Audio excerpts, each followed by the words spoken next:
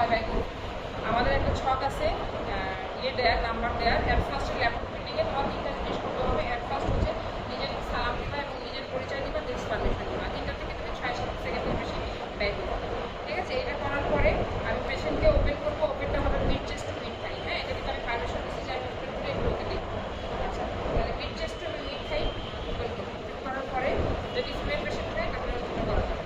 হ্যাঁ, এবং যখন আমরা প্রাইভেট পার্টে যেমন স্কিল সার্ভে করার সময় কিন্তু আমরা পার্টটা দেখি। তো সেক্ষেত্রে আমার আবার পারমিশন দিতে হবে।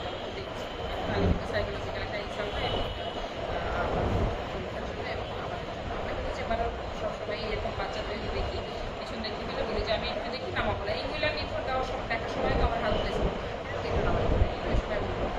এটা গেল হচ্ছে আর হেড টু ফ্লো করবো বাচ্চাদের ক্ষেত্রে ক্যাফেলা করার ডিরেকশনে। বিশেষ করে ইউনিফর্মটা আমরা মেডিসিনে শিখি সামনে থেকে পিছনে, পিছন থেকে সামনে বসা করা। পেডিটিক্সে ওইটা সম্ভব হয় না বা সময় কমার জন্য আমরা ইয়ে করি না। এক্সামিনার যদি পছন্দ করে তাহলে মেডিসিনের মতো করে দিন, এক এক্সামিনার এক। ঠিক আছে, দেখা যাবে আমি বলি যে সবাই ইয়ে করে ফেলবা, কিন্তু তোমার এক্সামিনার ইয়ে মেডিকেল থেকে আসলো মালিকগঞ্জ মেডিকেল বা সিরাজগঞ্জ মেডিকেল থেকে বলেছে যে তুমি কেন বসে করো, তখন তুমি বসে করো, কারণ আমরা মেডিসিন পারবো। ঠিক আছে, তাহলে শুরু করলাম। আসসালামু আলাইকুম। আমি হচ্ছে শেখ হাসিনা মেডিকেল কলেজের একজন চিকিৎসক। আমি আপনাকে একটু দেখবো, একটু জাস্ট কাপড়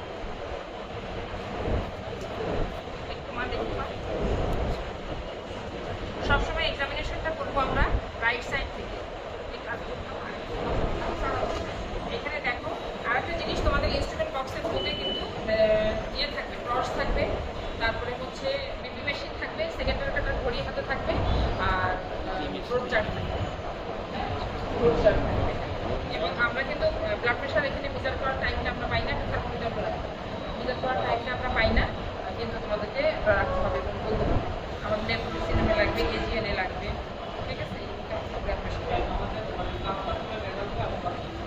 ওই অ্যাডাল্ট কাফি রাখবো আমরা, এখানে দেখবো আছে কিনা, কারণ তুমি প্রায় বয়সে কয়টা কাফি।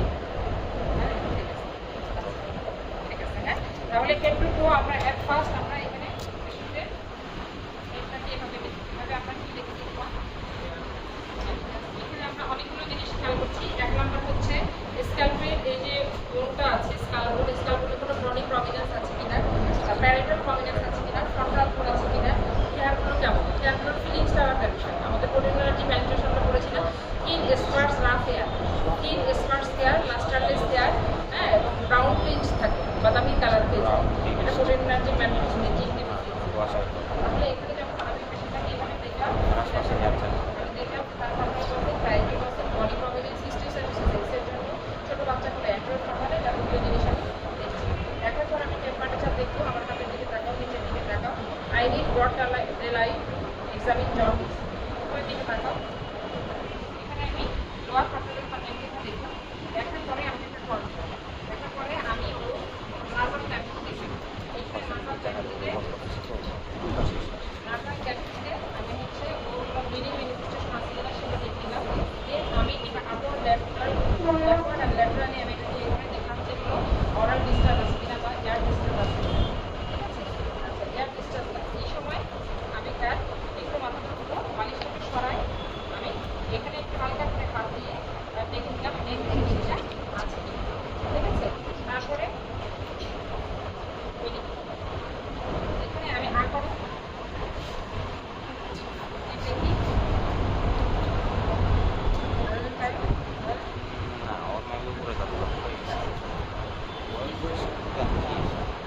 এখানে আমি প্রথমে কতগুলো জিনিস দেখলাম। একটা হচ্ছে ফসাল ক্যাভিটি বলা হয়, ফসেস যেটা ওরাল ক্যাভিটি, যেটা ওখানে চারদিকে কি থাকে, টনসিল থাকে দুই পাশে, নিচে থেকে সাবলিঙ্গুয়াল গ্ল্যান্ড, পিছনের দিকে থেকে অ্যাডেনয়েড মানে ওয়ালডোরাস শৃঙ্খলা। এর সাথে আমি ওর লিখের হাইজিনটা দেখলাম, কোনো ক্যারিজ আছে কিনা। সাথে আমি যখন এভাবে সরালাম তখন দেখলাম কোনো গাম লিভিং আছে কিনা। আর টাঙের মধ্যে দেখলাম কি বলতে টাঙে সাইনোসিস আছে কিনা। নেক্সট হচ্ছে ডরসাম আর ভেন্ট্রাল সার্ফেসের মধ্যে আমি দেখলাম যে ডরসামে ফ্যালোর আর ভেন্ট্রাল সার্ফেসে দেখলাম হচ্ছে জন্ডিস আছে কিনা। অনেক সময় বাচ্চারা এই জিনিসটা ফলো করতে পারে না, একবার দিবা করবো বাস শেষ জানো হয়ে। হ্যাঁ, কারণ এখানে সময় নষ্ট করে ফেললাম। নেক্সট আমি একটা এখানে এই পর্যন্ত যা দেখলাম, এরপরে আসবো হচ্ছে ইকোপ্লানোজেল সাইনোসিস, এয়ারলোবিজেল সাইনোসিস। হ্যাঁ, এরপরে আসবো আমি ডিপ সাবমেন্টাল সাবমেন্ডিকুলার, এভাবে জাস্ট একটু এর উপরে রাউন্ড শেপে দেন পিওরিকুলার পোস্টারিকুলার সাবঅক্সিপিটাল। হ্যাঁ, এখানে স্টার্নোফিডোমাস্টার যখন আমি একটু কাজ করবো স্টার্নোফিডোমাস্টার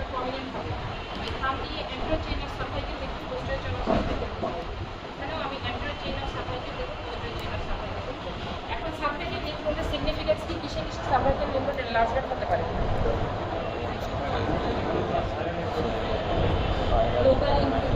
হ্যাঁ, টনসিলাইটিস, ফ্যারিঞ্জাইটিস এগুলো কিন্তু হবে। Any viral infection, infectious mononucleosis কোনো ভাইরাল ইনফেকশনও হতে পারে। নেক্সট হচ্ছে এন্টেরিক ফিভারে হতে পারে। আমরা সবসময় ইনফেকশাস কজগুলোকে আগে আনবো। আমরা জানি যে তোমার হচ্ছে অনকোলজিক্যাল কজগুলোতে পারে, কিন্তু ওগুলো আমরা একটু পরের দিকে বলবো। ওগুলো রেয়ার তো, অত বেশি তো পাই না আমরা লিউকেমিয়া, সেজন্য ওগুলোকে আমরা একটু পরের দিকে বলবো। তাহলে টিবি লিম্ফ্যাডেনাইটিসে কোনো ফিভার ছাড়াই কিন্তু তার লিম্ফ নোড এনলার্জমেন্ট হয় হোল বডিতে, ঠিক আছে? আচ্ছা, তাহলে আমরা এক ধরনের বলবো যে টনসিলাইটিস, ফ্যারিঞ্জাইটিস এগুলোতে তো হতে পারে লোকালাইজড ইনফেকশন, সাবমিউকুলার গ্ল্যান্ড এনলার্জমেন্ট, সাথে হচ্ছে আমরা বলছি সার্ভাইকালটা, হ্যাঁ, এন্টেরিক ফিভার, তারপরে এনি ভাইরাল ইনফেকশন মনোনিউক্লিওসিস, তারপরে এস্টেন বাই ভাইরাস, ভাইরাল ইনফেকশনে হয়। নেক্সট হচ্ছে কি বললাম, এন্টেরিক ফিভার, আর একটা হচ্ছে টিউবারকুলোসিস, তারপরে আমি আসবো লিউকেমিয়া, লিম্ফোমা। এতগুলো জিনিসে আমার cervical lymph node enlargement. Enlargement পর এখানে কি থাকবে? এখানে থাকবে হচ্ছে সুপ্রাক্ল্যাভিকুলার লিম্ফ। আচ্ছা, এখানে আমার কোনো থাইরয়েড গ্ল্যান্ড আছে, পানি খাওয়ার মধ্যে রোগ দিল এমন করবো, তখন আমি থাইরয়েড গ্ল্যান্ডটা দেখলাম, আমি নেক ইজিটা আগেই দেখে ফেলছি।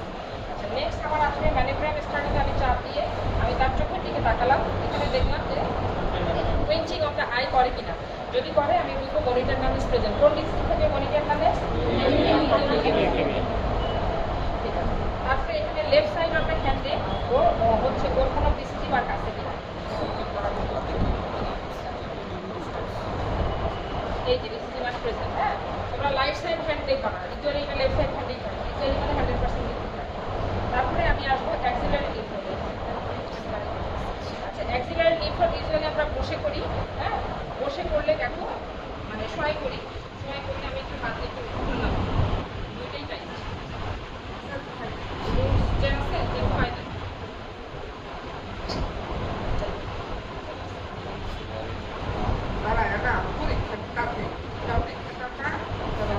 এখানে আমি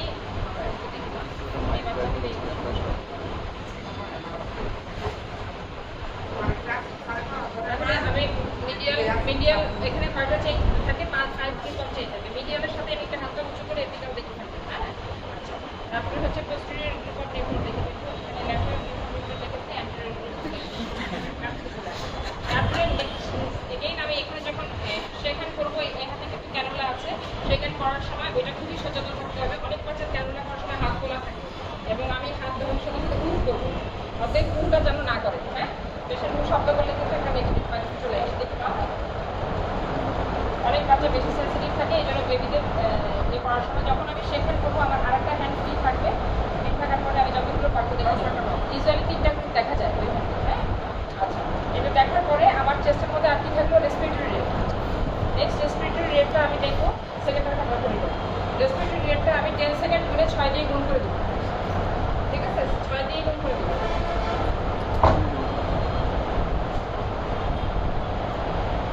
ইউজুয়ালি যদি নর্মাল বেবি হয়, যেমন ফার্স্ট বেবিং না থাকে, এত বড় বাচ্চা রেসপিরেটরি রেট হবে 18 থেকে 22, হ্যাঁ। অ্যাকর্ডিং টু আইএনসিআই কত হলে নর্মাল বলবো?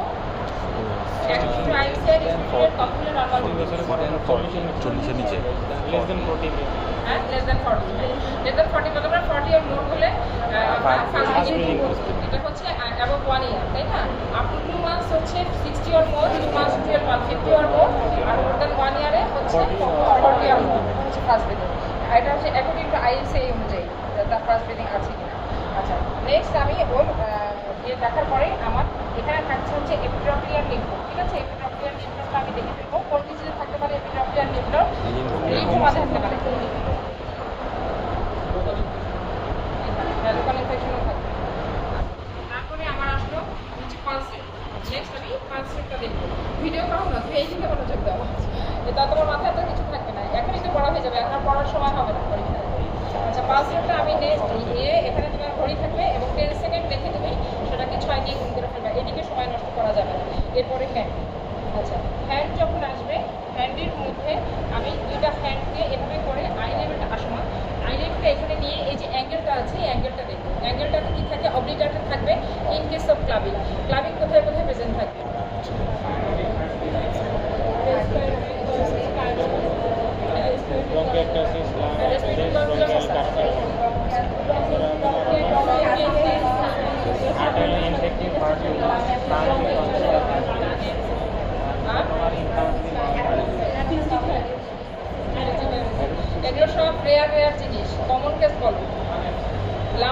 আছে ব্রঙ্কিওপ্লাসিস। বাচ্চাদের আমরা এই দুটাও কম পাই, কমন কোনটা পাই আমি সেটাই সিস্টিক ফাইব্রোসিস কম পাই। পাই হচ্ছে টিউবারকুলোসিস, সবসময় ইনফেকশাস কজ আগে আনবা। আর আরেকটা পাই হচ্ছে cyanotic congenital heart disease. Cyanotic congenital heart disease কোনগুলো আমরা পাই?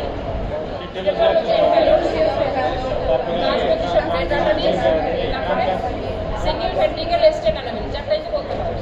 টেটোলজি of Fallot's, transmission of red artery, single ventricle Ebstein anomaly, এই চারটাই করবা। আছে তো অনেকগুলো, অত মনে রাখতে হবে না। আচ্ছা, তাহলে আমরা কনজেনিটাল সাইনোটিক হার্ট ডিজিজে পাবো হার্ট কজ। টেটোলজি অফ ফ্যালোস আমরা হিট ভ্যারিয়েবলি পাচ্ছি, এবং সবচেয়ে বেশি মিস হওয়ার কারণ হচ্ছে টেটোলজি অফ ফ্যালোসের বাচ্চারা খুব ইল হেলথ থাকে, ওদের তো ফেল সাইড থাকে, বাচ্চারা ধরতেই দেয় না। অনেক ক্ষেত্রে কিন্তু আমরা অস্কারটেট করতে পারি না। আমি অনেক বাচ্চা ডায়াগনোস করছি চেম্বারে, শুধুমাত্র ক্লাবিং হয়ে গেছে। 1 বছর 1.5 বছরে আসছে, মাকে এরকম করে ধরে আছে, চুইলেই ট্যাগ করে কাঁদে, তখন তো আর বারবারটা বোঝা যায়।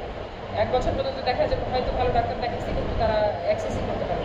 তো দেখা যায় যে ক্লাবিং হয়ে গেছে, ক্লাবিং বা সাইনোসিস দেখার পরে, ব্লুইশ ডিসকালেশন দেখার পরে আমরা হার্টে যাচ্ছি, তখন আমরা দেখি, কারণ এই বাচ্চাগুলো তো বাঁচে করতে পারে। অনেক পাই আমরা টেটোলজি অফ ফ্যালোস থেকে বিভিন্ন অনেক। আচ্ছা, তাহলে এখানে আমি দেখার পরে আমি ক্লাবিংটা দেখলাম। ক্লাবিং দেখার পরে আমি দুইটা হাতকে এরকম করে আমি এটাকে নিয়ে দেখছি, এটাকে কি দেখা বলে? পাওয়ার প্যালোর বলে। অ্যাকর্ডিং টু আইএসআই পাওয়ার প্যালোর বলে, আর এক্সামিনেশন অনুযায়ী বলা হয় এনিমিয়া, তাই না? আচ্ছা, পাওয়ার প্যালোরি আইএসআই অনুযায়ী পাওয়ার প্যালোরটাকে এনিমিয়া বেশি দেখা হয়। আচ্ছা, এই বাচ্চা কিন্তু সাম পাওয়ার প্যালোর, দেখো। আচ্ছা, পাওয়ার প্যালোর দুই ধরনের, একটা সেভেন পাওয়ার প্যালোর, একটা সাম পাওয়ার প্যালোর, ঠিক আছে? এর সাম পাওয়ার প্যালোর আছে, তাহলে মডারেট এনিমিয়া থাকবে তার। আচ্ছা, তারপরে আমি দুইটা নখকে এরকম করে কি দেখবো? করো আপনার তারপরে সুইটার টেস্ট দরকার নাই, তারপরে খালি এরকম করো না, মোবাইলে কাটো। আচ্ছা, ও পারতেছে না এটা করতে। এখানে আমি শ্যামরোজ উইন্ডো টেস্ট করবো। এখানে কি হবে, যে গ্যাপটা থাকা সেই গ্যাপটা অবলিটারেটেড হয়ে যাবে, তার মানে ক্লাবিং হয়ে যাবে। নেইলে আমি অনেক কিছু দেখলাম। এখানে দেখলাম হচ্ছে প্যালোর আর জন্ডিস, আর নেইলে দেখবো সাইনোসিস, ক্লাবিং, পাইলোরাইটিয়া, লিগোরাইটিয়া, এক গদ ব্যথা যেগুলো আমরা বলি, সবগুলোই দেখবো। আচ্ছা, দেখার পরে আমি এখানে চলে যাবো ইঙ্গুইনাল, একটু নামাচ্ছি, হ্যাঁ, inguinal lymph node. Inguinal lymph নোডগুলো আমি আমার নখ দিয়ে ভালো করে প্রেস করবো এবং এইভাবে দেখবো। আচ্ছা, ইঙ্গুইনাল লিফ নোডটা এই ইঙ্গুইনাল ক্যানাল বরাবর থাকবে, তার নিচে থাকবে হচ্ছে ফিমোরাল লিফ নোড, টি শেপ, হ্যাঁ, ফিমোরাল লিফ নোডটা আমরা দেখে দেখবো। পরীক্ষার হলে যদি ছেলে বাচ্চা হয় একটু প্যান্ট নামাই দেখবো আমি। আচ্ছা, নেক্সট আমি আসবো হচ্ছে পপিটিয়াল লিফ নোড। পপিটিয়াল লিফ নোড দেখার পরে আপনি একটু উঠে যান। পপিটিয়াল লিফ নোড দেখার পরে আমি এখানে দেখবো হচ্ছে এখানে কি, এই যে মেডিয়াল ম্যালরাসের 1 to 2 সেন্টিমিটার উপরে মাইটলি প্রেস করলে আমি দেখতে পারবো হচ্ছে আর ইডেমা আছে কিনা। নেক্সট আমি সোলে হচ্ছে আবার আমি এখানে অ্যাঙ্গেলটা দেখবো। অ্যাঙ্গেলটা দেখার পরে আমার পামের সাথে কম্পেয়ার করবো, সোলটাকে সব যেগুলো বললাম এতক্ষণ সবই দেখবো। শুধু সোলে ক্লাবিং আছে, হাতে ক্লাবিং নাই, কোন ডিসিশন থাকবে? কোয়ার্টেশন অফ দ্য অ্যাওর্টার যদি ব্রাঞ্চটা কোয়ার্টেশনটা সাপ্লাই হয় আর্টারির পরে হয়, তাহলে হ্যান্ডে ব্লাড সাপ্লাইটা ঠিক মতো দিবি, হ্যান্ডে ক্লাবিং সাইনোসিস থাকবে না। যেহেতু সাপ্লাই হলে আর্টারির পরে কোয়ার্টেশনটা থাকবে, সেজন্য পায়ে ক্লাবিং থাকবে, সাইনোসিস থাকবে, হ্যাঁ, ডিফারেন্সিয়াল ক্লাবিং থাকবে। ঠিক আছে, এরপরে আমি বেবিকে একটু ডিহাইড্রেশন মিস হয়ে গেছে। আচ্ছা, ডিহাইড্রেশনটা দেখার জন্য আমাকে এই জায়গাটায়, এটা হচ্ছে এই দুটার মাঝখানে মোটামুটি একটু ঠিক নিয়ে ছেড়ে দিতে হবে। Goes back quickly, goes back slowly, goes back very slowly. Quickly তো ইমিডিয়েট যাবে, স্লোলি হচ্ছে লেস দ্যান 2 সেকেন্ডে যাবে, আর মোর দ্যান 2 সেকেন্ডে যাবে। এটা হচ্ছে no dehydration, some dehydration and severe ডিহাইড্রেশনের ফাইন্ডিংস। নেক্সট আমি বেবিকে একটু কাঁদবো, তো মনে নেই, একটু কাঁদবো শোনা। আচ্ছা, এটা করার পরে আমি হচ্ছে এতটুকু দেখবো। এখানে আমি স্পাইনটা এখান থেকে এবার তুলে নিয়ে এসে বসাতে হবে। এখানে এভাবে দেখবো হাত দিয়ে, বা আমি আল্লাহর বর্ডার দিয়েও দেখতে পাবো। আচ্ছা, এখানে আমি দেখবো হচ্ছে কোনো বনি প্রমিনেন্স আছে কিনা, যেটা গিম্বাস বলা হয়, ফার্স্ট ডিজিজে থাকবে, স্পাইন টিভি বলা হয়। আর একটা বাচ্চাদের আমরা পাই কিছু। আরেকটা হচ্ছে, বাবা আমি একটু দেখি, হ্যাঁ, একটু অনুমতি নিয়ে আমি এভাবে কমনটা দেখবো এবং এইখানে দেখবো। এটা হচ্ছে স্কিন সার্ভে বলা হয়।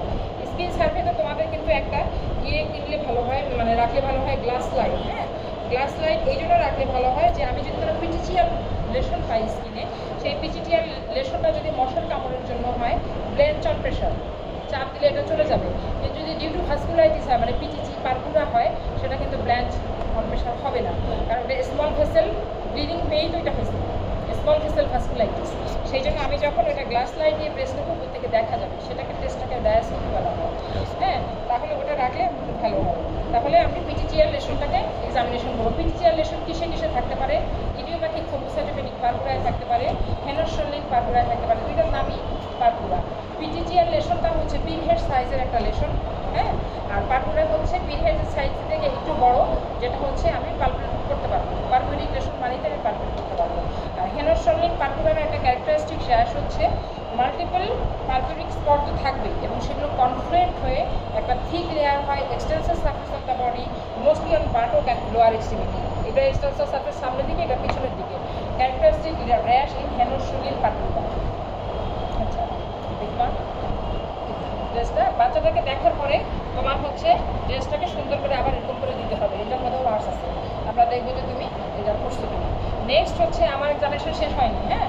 এখনও আমি I want to measure blood pressure, want to do bedside urine examination for bit coagulation test, take weight and height and plot on chart.